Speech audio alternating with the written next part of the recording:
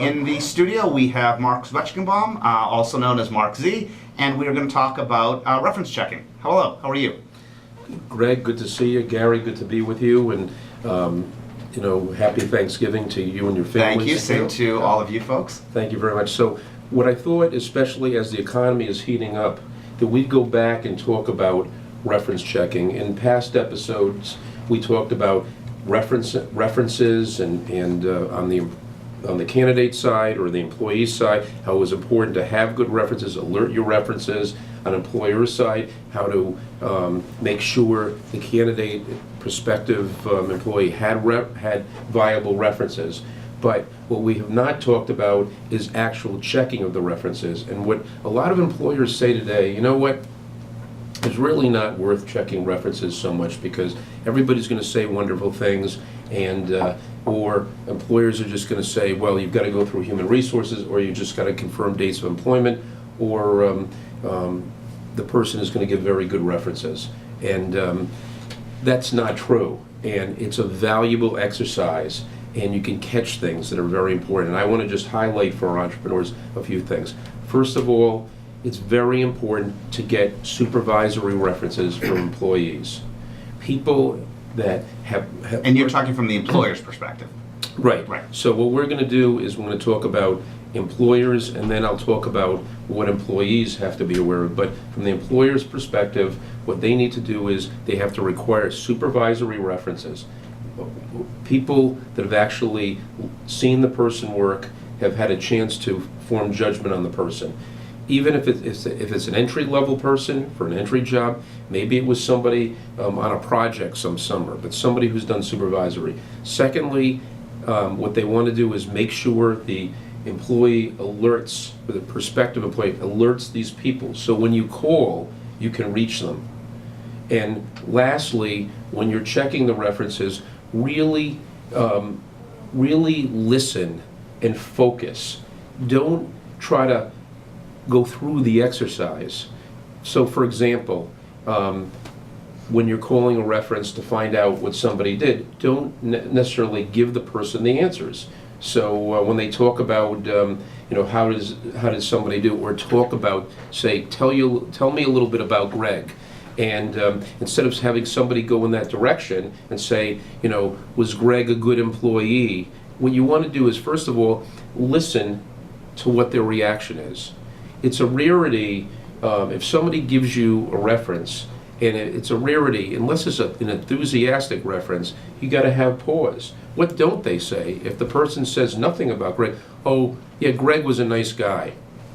Well, that's great. A lot of times I say, well, my mother's a nice person, but can you tell me a little bit more about Greg? Let me ask you specifically. Greg said that he oversaw the entrepreneurial courses over at his college at BU. BC. At BC, correction. So you're listening to Radio Entrepreneurs. This is Greg Stoller filling in for Jeffrey Davis, along with Gary Fertig and Marc Z. So what's always I found interesting about this is you're right about the open-ended versus the closed-end question. How do you read between the lines? Because obviously someone has said, I've received your name, we're doing a reference check on Gary Fertig, and obviously you say, could you tell me a little bit about Gary's employment? And there's a pregnant pause then on the line. At what point do you sort of try and read between the lines by saying, okay, obviously this isn't going to be a good reference, or are you legally able to pry a little bit to say, so could you fill in some of the blanks for me? You're legally able to say,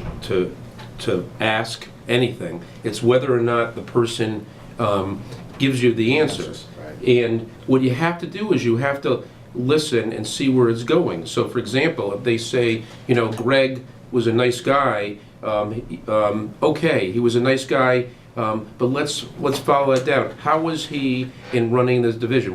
How was his personality? Was his personality always nice? Or how did he work with other people? Did he get along well with other people? Or when he was involved in certain situations, did his personality change? Was he no longer the nice guy? But it's like listening. It's if immediately they say, look, I will only focus on talking about Greg being a nice guy, then obviously, you say, well, what I don't understand is, Gary, you were his supervisor for 2 years.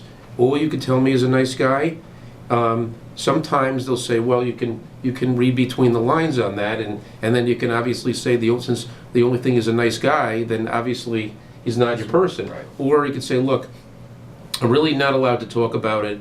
And then you pause and say, well, why don't we then just cut to the chase, Gary? Would you hire Greg if he came back again and sought a job with you? So I've always found, at least in my career, that you can train abilities, you can't necessarily train attitude. What are you looking for from the employer's perspective? Are you looking during a reference to say this person has a dearth of skills but we're able to improve that over time? Or are you really looking about their attitude to say this is the type of person that we could really work with?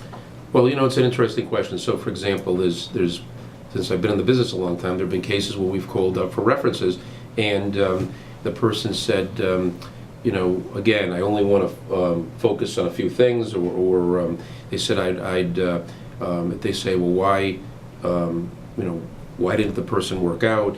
And they said, well, wasn't the right fit. And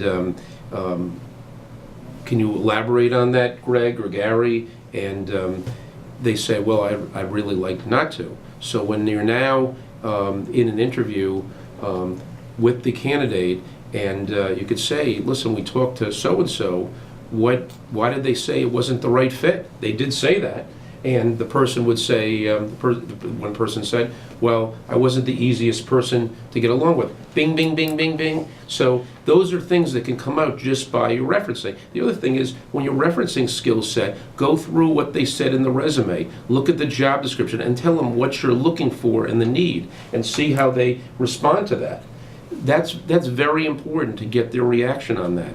The other thing, make sure you confirm the dates. I can't tell you how many times the dates were wrong. I've had some flagrant date violations. Crazy. I mean, we just did a reference where it was several years off. And you don't know until you check it. Don't be afraid to say, did they work from you from X date to Y date? But when you're talking about a reference, it's, again, how deep can you go? And don't be afraid to say, okay, I know you're busy, but can I have one more question? And really try to milk that reference to as much information as you can. You're listening to Radio Entrepreneurs on the Money Matters Radio Network. Greg Stoller filling in for Jeffrey Davis, along with Gary Fertig and Marc Z. One of the things, as you were saying before, like what's not said, and typically if I'm hearing the reference saying, well, that's our policy is that all I can tell you is name, rank, serial number, dates of employment, and that's it. That says something to you right away. Like if there was something good to say, then they're not going to be worried about saying anything. Well, Gary, can I just say, I've had situations where they said, look, I don't want to get in trouble with policy, but I'll tell you what, I wish I had her here. I wish I had another employee like her. Now, read between the lines. Okay, that way you're getting in, you're getting out, you get something. I've had that happen. Yeah. So it's not necessarily that. Some people are very paranoid. Human Resources tells you when you first get, and the bigger the company. Now, I usually find the executives will tell you information because they don't care about what Human Resources said. Right. It's when you get back to middle management, they get more difficult. The other thing that I also wanted to tell you that's very important to know is you've got to confirm letters. If people send you letters and everything, then make sure that you verify the letters, verify what was said in the letters, and call the person. Now, not only letters, but today with emails, like for example, we've had candidates that have said, the employer is difficult to reach, but they said, here is their email, they will respond by email. So we've had situations that, okay, so we've responded and they've given us a detailed reference. Great, right? Well, maybe, because what happens is if you don't verify that, maybe that wasn't the person who sent the email. Maybe Greg didn't send that, but Gary did. And Gary might not be Greg, number one. Number two, that may be the candidate who gave you that address sending that. Mark, let me ask you, have you found in your experience that you like 2 references, 3 references? At what point do you really feel like you know the person you're potentially hiring as opposed to, quantity over quality, etc.? I like 3 quality references, not the Indian chief and the candlestick maker. I want supervisory references. If somebody doesn't have 3 good ones, maybe they're junior or whatever, then get at least 2 good ones and a coworker who literally spent a lot of time with you as far as their quality. But that way, if you can't reach one, they might be out of town, they might be on vacation, at least you have 2 references to get things going. And past employer versus 2 or 3 jobs ago, how important is the timeline, etc.? As most recent as possible. Some people, if they've had good longevity, what you want to ask them is, maybe you're there people at that company that are no longer there. They can give you, because they say, well, and people, if they don't have a lot, maybe they're been at one place, but maybe they're people that used to be with that company that were a former supervisor or former coworkers that could give a reference. So that's very important, because there are a lot of people that say, well, I've been with the company 5 years. That's my only reference. So Mark, you were with Longfellow Staffing. How can people get a hold of you if they have questions either from the employer's or the employee's perspective? Well, first of all, go to longfellowstaffing.com, Marc Z Legal, M-A-R-C-Z legal.com.